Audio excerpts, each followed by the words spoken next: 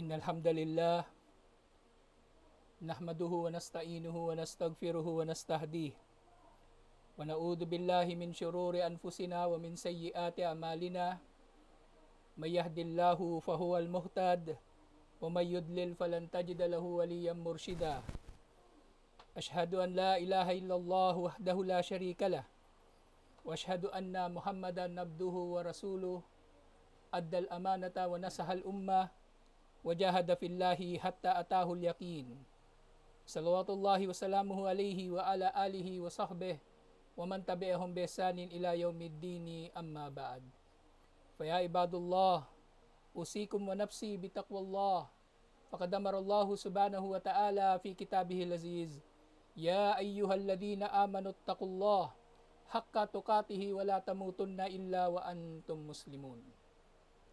Tunay na ang papuri ay para kay Allah subhanahu wa ta'ala. Sa Kanya tayo nagpupuri, nagpapasalamat, humihingi ng tulong. Sa Kanya tayo humihingi ng tawad sa ating mga kasalanan at sa Kanya tayo humihingi ng gabay. Nagpapagpap tayo kay Allah subhanahu wa ta'ala laban sa kasamaan ng ating mga sarili at masamang dulot ng ating mga gawa. Sino mang Kanyang gabayan ay ito ang tunay na nagabayan. At sino mang Kanyang iligaw ay wala kayong matatagpuan na sino mang magiging kakampi nito upang ito ay magabayan. Ako'y sumasaksi na walang Diyos na marapat sambahin, liban kay Allah ang nag-iisa at walang katambal. At si Propeta Muhammad sallallahu alaihi wasallam ay kanyang alipin at sugo. Si Propeta Muhammad sallallahu alaihi wasallam natupad sa kanyang tungkulin, nangaral sa kanyang umma at nakibaka sa landas ni Allah hanggang sa kanyang huling hininga. Ang pagpapala at biyaya ni Allah ay sumakanya sa kanyang pamilya, mga kasamahan at tagasunod hanggang sa araw ng paghuhukom.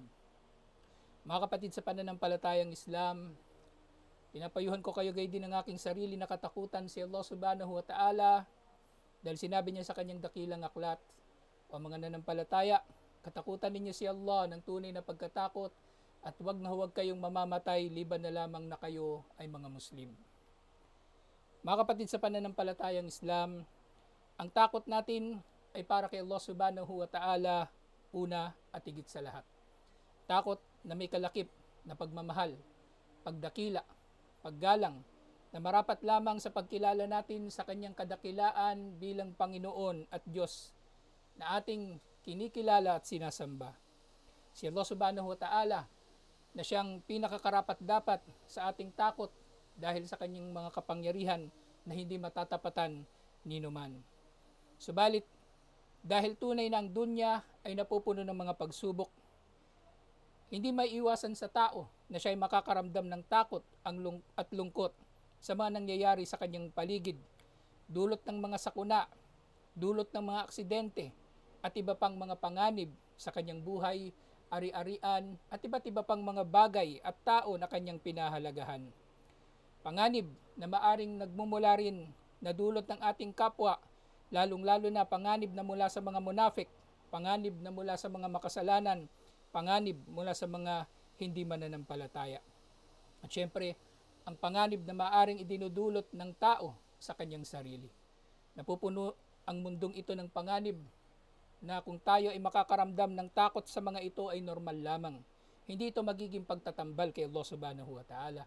Dahil hindi pinagbawal ni Allah na tayo ay makakaramdam ng takot sa iba paliban sa Kanya, bagkus ito nga ay kinikilala pa ni Allah subhanahu wa ta'ala na normal na mangyayari sa tao.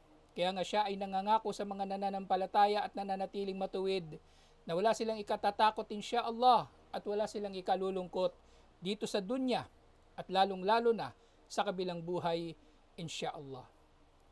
Na mula sa mga batayan, mga kapatid sa pananampalatayang Islam, mauunawaan natin na iisa lamang ang paraan upang mailigtas tayo mula sa mga takot at kalungkutan na ito na meron sa dunya at sa kabilang buhay, at ito ay sa pamagitan ng pagiging matuwid insyaallah.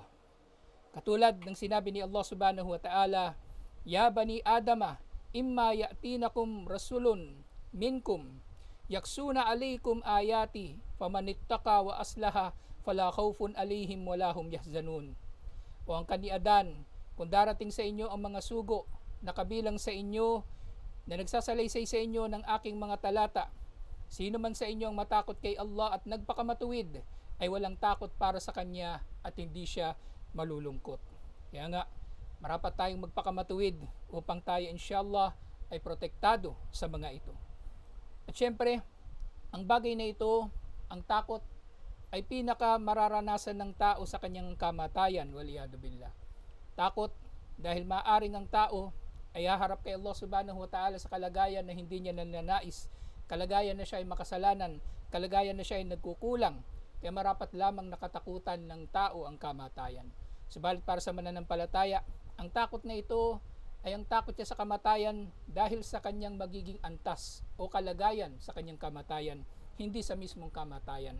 Dahil tunay na ang kamatayan ay daraanan nating lahat at marapat lamang na ating tanggap dahil ito ang daan patungo sa kabilang buhay na hindi makakapasok ng paraiso ang sino mang hindi daraan sa araw ng paghuhukom at hindi magsisimula ang paghuhukom ninuman liban na lamang na daraan muna tayo sa kamatayan. Kaya nga para sa mga pinangakuan ni Allah subhanahu wa ta'ala na wala silang ikalulungkot at wala silang ikatatakot sa kanilang mga kamatayan, ganito rin ang kanilang katangian na sila ay matutuwid insyaallah. Katulad din sinabi ni Allah, innal ladina qalu rabbuna Allahu thumma istaqamu tatanazzalu alaihimul malaikatu alla takhafu wa la tahzanu wa abshiru bil jannati allati kuntum tu'adun. Tunay na yung mga nagsasabi at syempre nagsasabuhay sa kanilang mga sinasabi at pinaniniwalaan ang aming Panginoon ay si Allah ng nag-iisa at walang katambal.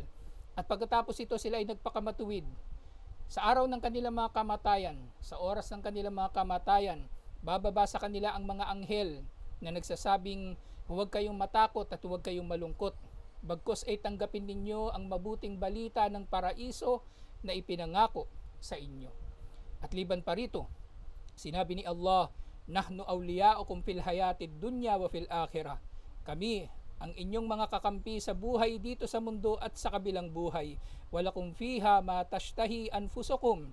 Matatagpuan ninyo sa paraiso ang anumang pinagnanasaan ng inyong mga sarili. Walakum fiha ma taddaun. At naririto ang anumang bagay na hinihiling ninyo.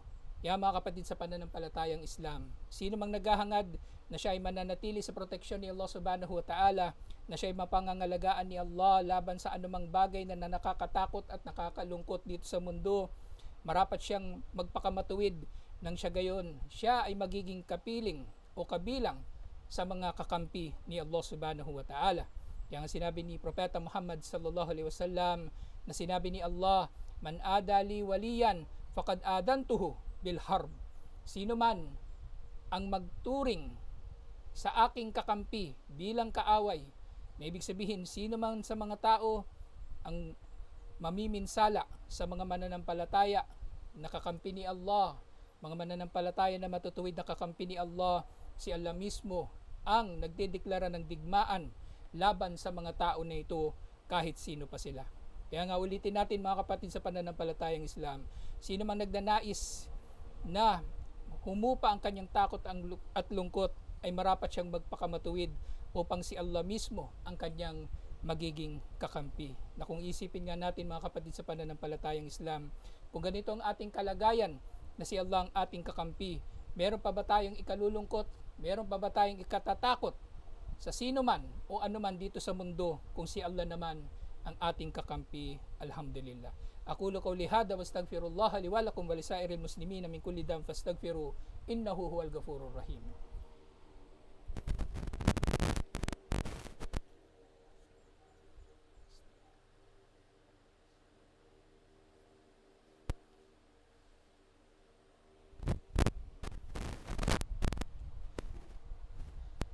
Alhamdulillahi wahda wassalatu wassalamu ala man la nabiyya ba'da wa ba'd.